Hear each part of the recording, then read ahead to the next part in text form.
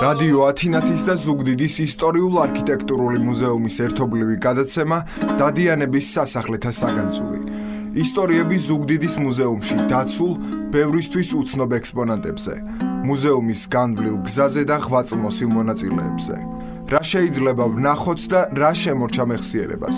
ათინათის ეთერში ყოველ სამშაბათს 18 საათსა და 18 წუთზე.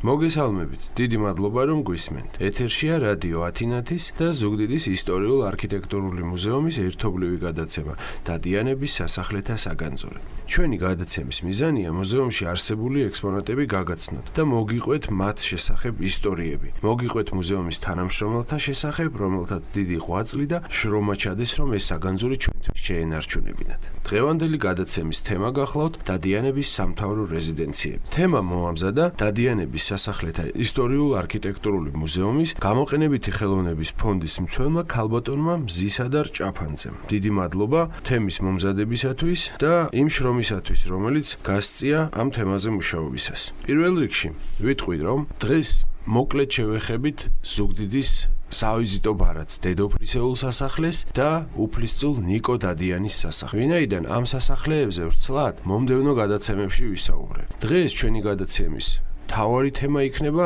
დადიანების რეზიდენციებიდან 3. ეს გახლავთ გორდის სასახლე, სალხინოს და ჭკადუაშის სასახლეები. დედოფლისეული სასახლის პირველი ნაწილი აშენებულია დავით დადიანის მიერ.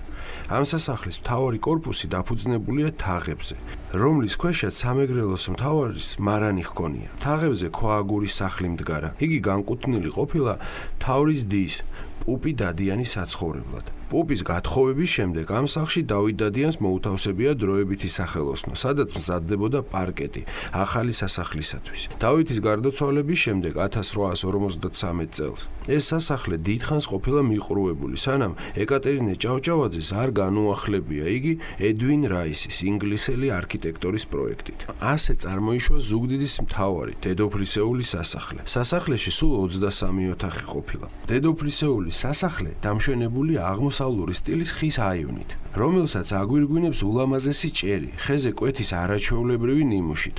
იგი არქიტექტურული ანსამბლის მარგალიტია. ეკატერინე ჭავჭავაძეს სამეგრელოს დედოფალს ლაზეთიდან მოუწევია ოსტატები და მათთვის დაუვალებია, რომ შეექმნათ განუმეორებელი სილამაზის ჭერი, რომლის ბადალით სხვაგან არ იქნებოდა.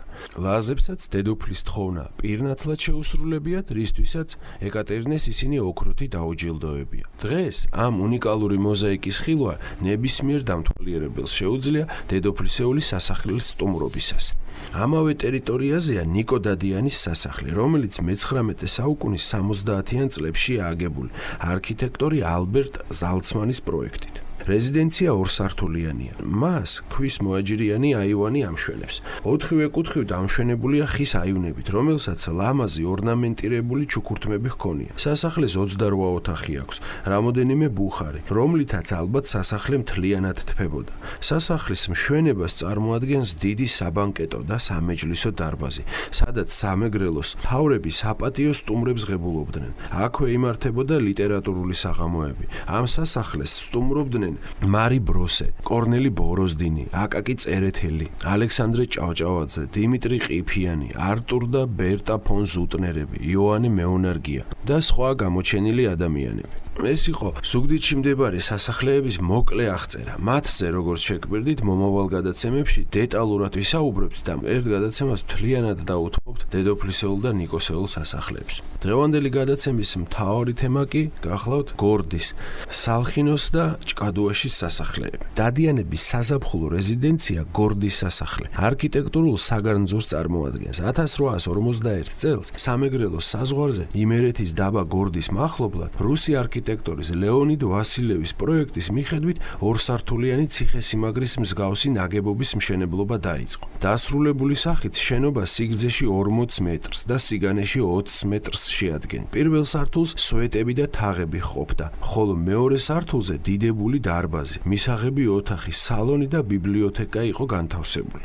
დავით დადიანმა მოიწვია სახელგანთქმული აგრონომი და ლანდშაფტის არქიტექტორი იოსებ ბაბინი, იტალიელი, რომელიც აგრეთვე ზუგდიდის ბოტანიკური ბაღის გაშენებას ხელმძღვანელობდა და რომელსაც გორდის სასახლის გარშემო ბაღის დაპროექტება დაევალა. სამუშაოები ბაბინმა დაიწყო და მოგვიანებით მშენებლობაზე პასუხისმგებლობა იტალიელმა მებაღემ გაეტანო ზამბრელეტიმ გადაიბარა. 80 ჰექტარზე გადაჭიმულ ტერიტორიას ქვის კედელი ჰქონდა გარშემორტყმული, რომელშიც 3 დაცული ჭიშკარი იყო დატანილი. ამ კომპლექსში აბანო და ხელოვნური ტბაც შედიოდა. მარტვილის მუზეუმის ხელნაწერთა ფონდში დაცულია მნიშვნელოვანი და საყურადღებო ხელნაწერი სოფელ გორდის მცხოვრებ კაროლინა გაიტანის ასულ ზამბერლეტის მოგონებანი, სადაც ვკითხულობთ. დადიანის საცხოვრებელ აგარაკად ითვლებოდა გორდის სასახლე, რომლის მთავარი შენობა იყო 3-სართულიანი. სულ ჰქონდა 60 ოთახი. მთავარი კორპუსის აღმოსავლეთით იყო 4 სახლი. ერთი იყო დედოფლის სახლი. პირველი სართული ძვირფასად იყო მორთული. ეკატერინე ჭავჭავაძის ასული ცხოვრობდა ამ შენობაში. ყავდა თავისი პირფარეშები. ჩემი პატარაობისას ხშირად შევსულ ვარ დედოფლის ოთახში, რომელსაც დავუსაჩუქრები ვარ კამფეტებით და ვერცხლის ფულებით. ბავშვები ძალიან უყვარდა. მეორე შენობა იყო სამზარეულო სახლი, სადაც დედოფლისთვის საჭმელი კეთდებოდა. თვითონ დედოფალს ძალიან უყვარდა იქ შესვლა და მიხმარება მზარეულებზე. მესამე სახლი იყო სამრეცხაო. მეოთხე სახლში ღამით ზოგიერთი მოსამსახურე ისვენებდა. მთავარი კორპუსის დასავლეთით იყო კიდევ 4 შენობა. შენობები იყო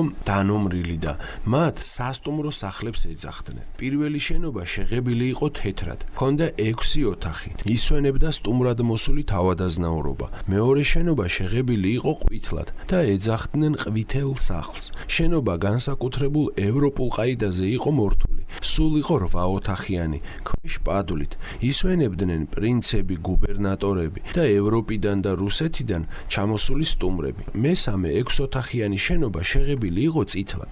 აქ ისვენებდნენ პრისტავები, ნაჩალნიკები და ასეთი სტუმრები. ამ სასტუმრო სახლების ლაქია იყო ლევან სულაბერიძე, სტუმარი ქალების მარინე სულაბერიძე. მეოთხე სახლი იყო სახაბაზო, პურის საცხობი. ხაბაზები იყვნენ ლეჩხუმელები. თავრის პურს აცხობდა განსაკუთრებულად ერთი ხაბაზი, დანარჩენებისას სხვები. მთავარი კორპუსის ჩრდილოეთით იყო კიდევ 3 შენობა. ერთი იყო 4 ოთახიანი. 3 ოთახში ცხოვრობდნენ მოსამსახურეები, ერთ ოთახში მონადირე ძაღლები. თავისი მომლელით, რომელსაც ერქვა პაპუნა ლეჩხუმელი. დანარჩენი ძაღლებისთვის იდგა ცალკე შენობა.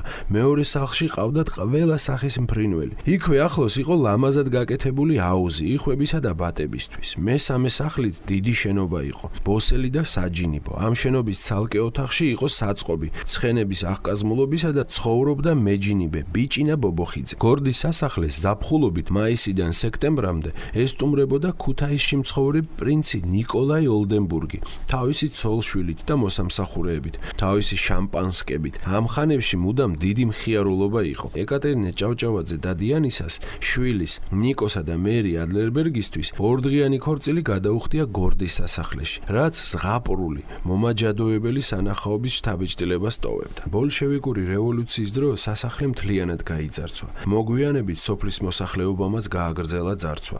ერთიანად გაიზიდა კარფანჯრები, ორნამენტირებული ხის სვეტები, სასახლეში დაცული იარაღები, ავეჯი, ბროლფაიფური, ოქრო, ვერცხლი და ყველაფერი, რაც კი ღირებულებას წარმოადგენდა. სასახლისაგან უსახურაო კარკასია შემორჩენილი. სალხინო სასახლე წარმოადგენს კიდევ ერთ სამთავრო საზაფხულო რეზიდენციას დადიანებისას, რომელიც დავით დადიანის მამის ლევან მეხუთეს მმართველობის წლებში აშენდა. მარტვილის ეკლესიის მახლობლად სოფელ სალხინოში, სადაც ადრე მოკრძალებული ზომის სამთავრობო რეზიდენცია იყო, თუმცა შენობამ საბოლოო სახე კარგა ხნის შემდგომ მიიღო. სამშენებლო მასალა ამ ადგილზე გლეხებმა მოზიდეს, რისთვისაც ურმებში 100 წყვილი ხარის და კამეჩის გამოყენება დასჭირდათ. სალხინოს სასახლეს ქვევრის სასახლესაც ეძახდნენ. ქვედა სართულის დიდ დარბაზში იყო ჩაშენებული ქვევრი და მასიური მდიდრულად გაფორმებული ბუხარი, რომლის თავზედაც ბახქუსის ქანდაკება იყო წამომჯდარი. კედლები მუხისა და წაბლის პანელით იყო მოპირკეთებული. სალხინოს კომპლექსში აგრეთვე შედიოდა უზარმაზარი 35 მეტრი სიგრძის და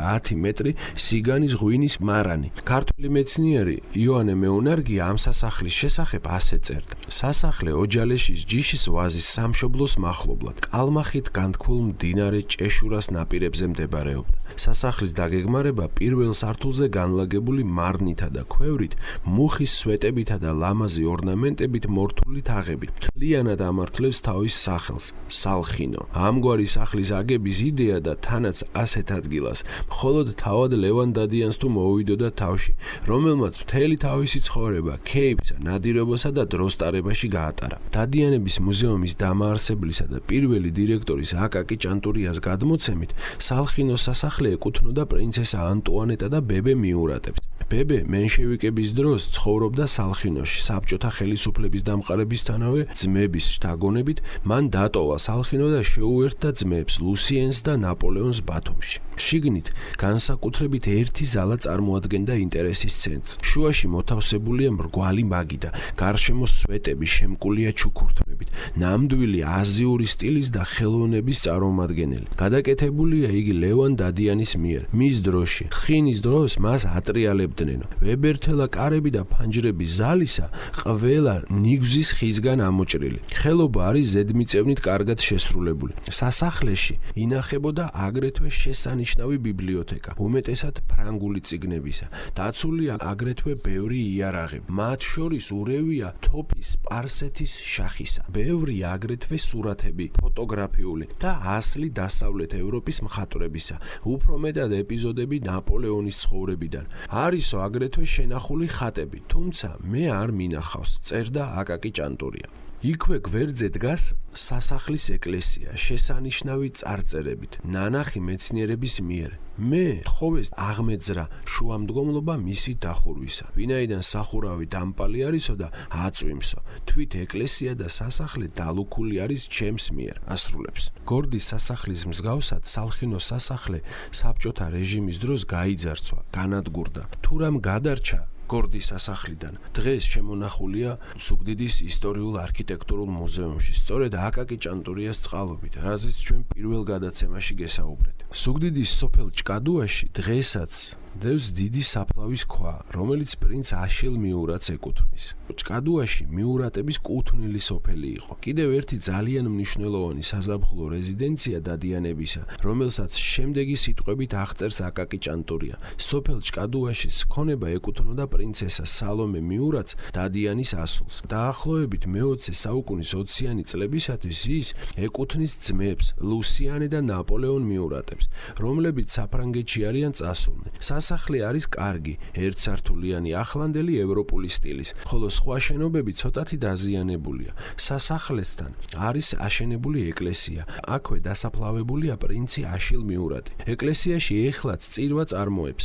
იმყოფება საეკლესიო წიგნები და სხვა. ისტორიკოსი პაპუნა გაბისონია ზემოთ ხსენებული ჭკადუაშის მიურატისეულ სასახლეს შემდეგნაირად აღწერს. მიურატების ერთსართულიანი ვილა დღესაც დგას ჭკადუაში, მდინარე ჩხოუშის მარცხენა მხარეს, საკმაოდ მაღალ გორაგზე და მისი უკანა მხარე მდინარეს ტყით დაფარულ ხეობას გადახურებს. თავრის შესასვლელიდან მისაღებ ოთახში შევდივართ, რომელიც ორი კარით ვრცელ დარბაზს უკავშირდება. მარცხენა მხარეს 3 ოთახია განლაგებული. სამხრეთ-დასავლეთით ვილისთვის ცალკე ოთახია მიდგმული, ხოლო სამხრეთით 2 ოთახიანი ფლიგელი ეკვრის. დიდი დარბაზის ქვეშ ვრცელი სარდაფია მოწყობილი, რომელიც ნახევრად მიწაშია და ქვით არის ამოყვანილი. შორიახლოს სახლიდან 10-12 მეტრის დაშორებით მარნის ნანგრევებია შემორჩენილი. ვილის სიგრძე 28 მეტრს, ხოლო სიგანე 13 მეტრს შეადგენს. შენობის ძირითადი ნაწილისათვის მიდგმული დარბაზის სიგრძე 13 მეტრია, სიგანე 8,5 მეტრი. ფლიგელის სიგრძე 10 მეტრია, სიგანე 10 მეტრი. მიურატების ამ საცხოვრებლის დღევანდელი მდგომარეობა ძალიან მძიმეა. კედლები დაბზარულია, ბათქაშით ჩამოცვენილი, იატაკი ზოგან დამპალია. ციტატა მოყვანილია 2015 წლის კვლევიდან. ძალზედ საინტერესოდ აღწერს ეკატერინე ანთია ჭკადუაშის მიურატების სასახლის მარანს. სასახლესთან იდგა მიურატების ცნობილი მარანი, მასში განთავსებული სარდაფით. დაკვირვებული თვალი აქ შეამჩნევდა ღვინის ჩასასხმელად საჭირო სხვადასხვანაირი ზომის კასრებს. ყურადღებას იპყრობდა უზარმაზარი ქვევრები, სადაც წლობით შენახული ღვინოების დაგემოვნება ხდებოდა სტუმრების მიერ. მარანს განაგებდა სიბრძნითა და მჭერმეტყველებით განთქმული შემდეგში ცნობილი მეღვინე დავით ჭიტანავა, რომელიც მიურატების ოჯახში მიღებული და დაფასებული პიროვნება გახლდათ. ჭკადუაში დამკვიდრებული დამკვიდრებულ მიურატებს საფრანგეთიდან კლიმატოლოგი მოუწვევიათ, რათა სწორად განესაზღვრათ სამეგრელოს ბუნებრივ-სამეურნეო პირობები. 1912 წელს პარიზში მოწყობილ საერთაშორისო გამოფენაზე ოჯალეშის მიურატისეული ღვინო საუკეთესოდ ცნეს და ოქროს მედლით დააჯილდოვეს. მე-20 საუკუნის მიწურულს სოფელ ჭკადუაშის ტერიტორიაზე დადიანების საზაფხულო რეზიდენცია აღადგინეს სალომე და აშილ მიურატების შთამომავლებმა, ალენ მიურატმა და ვერონიკა დე შაბო ტრამეკურმა, რომლებმაც ტურისტებისთვის საინტერესო ადგილად აქციეს ჭკადუაში. სასახლის მისაღებ ოთახში ეკატერინე ჭავჭავაძის დროინდელი ბუხარია შემორჩენილი, ხოლო სასახლის ეზოს დღემდე ამშვენებს ულამაზესი და უძვირფასესი გინგკოს საუკუნოვანი ხე. მიურატებმა შატო ჭკადუაში საფრანგეთიდან ჩამოიტანეს საგვარეულო ანტიკვარული ნივთები. სასტუმრო სახლთან ერთად პატარა კაფეც არის განთავსებული.